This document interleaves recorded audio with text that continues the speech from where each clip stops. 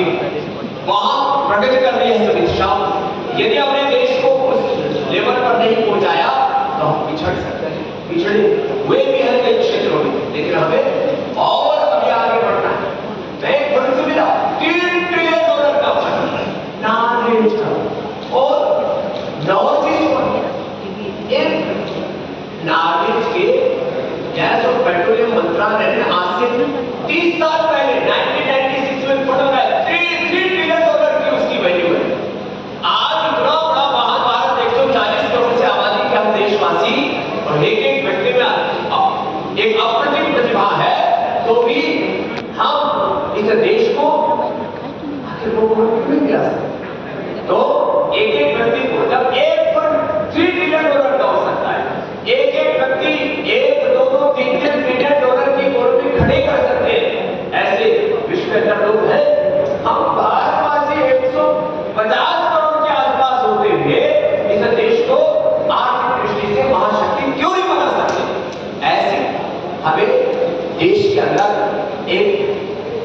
जुनून पैदा करना पड़ेगा और हमें समृद्धि को भी सम्मान देना पड़ेगा। हम लोग दरिद्रता को इतना महिमा मंडित करते हैं। कोई सन्यासी देश की समृद्धि की बात करता है तो बोला आप तो सन्यासी हो, आपको तो इकोनॉमी की बात ही नहीं करनी चाहिए, कितनी बात डॉलर की बात की, ट्रिलियन की इकोनॉमी की, उसके बारे में बातें ही नहीं करनी चाहिए। तो भारत को समृद्धि को गौरव देना पड़ेगा, पुरुषार्थ को गौरव देना पड़ेगा, प्रमाद से इस देश को बचाना पड़ेगा, पुरुषार्थ से अर्जित अर्थ को स्वार्थ की भावना से ऊपर उठ करके परमार्थ में लगाना पड़ेगा और तब ये देश आगे बढ़ेगा। एक बार पुनः देवतुल्य देश के प्रधानमंत्री जी को उनके जन्मदिन की बधाइयां देता हुआ और यह आह्वान करता हुआ कि विकसित भारत का सपना ये मात्र देश के प्रधानमंत्री श्री नरेंद्र मोदी जी का ही सपना नहीं, ये सपना जिस दिन 140 करोड़ भारतीयों का 150 करोड़ भारतीयों का सपना बनेगा, उस दिन भारत को हम निश्चित रूप से एक वैश्विक महाशक्ति के रूप में खड़ा कर पाएंगे। अपने पूर्व जनित शिकाओं को, वीर वीरांगनाओं को, लाखों जिन महापुरुषों ने तपस्या करके अपने जीवन के बलिदान देकर के इस देश को एक गौरव प्रदान किया और इस देश को विश्व का महानतम देश बनाया, उस देश को फिर से विश्व का महानतम देश बनाने के लिए हम प्रतिबद्ध रहे। और इसी संदर्भ में मैं एक निवेदन हमारे आदरणीय एमपी सिंह साहब जो हमारे भारतीय शिक्षा बोर्ड के चेयरमैन भी हैं और हमारा लक्ष्य है कि ये जो वैज्ञानिक षड्यंत्र करके गया 1835 में पाप करके गया कि हम खून से तो भागते रहे, शब्द से तो भागते रहे,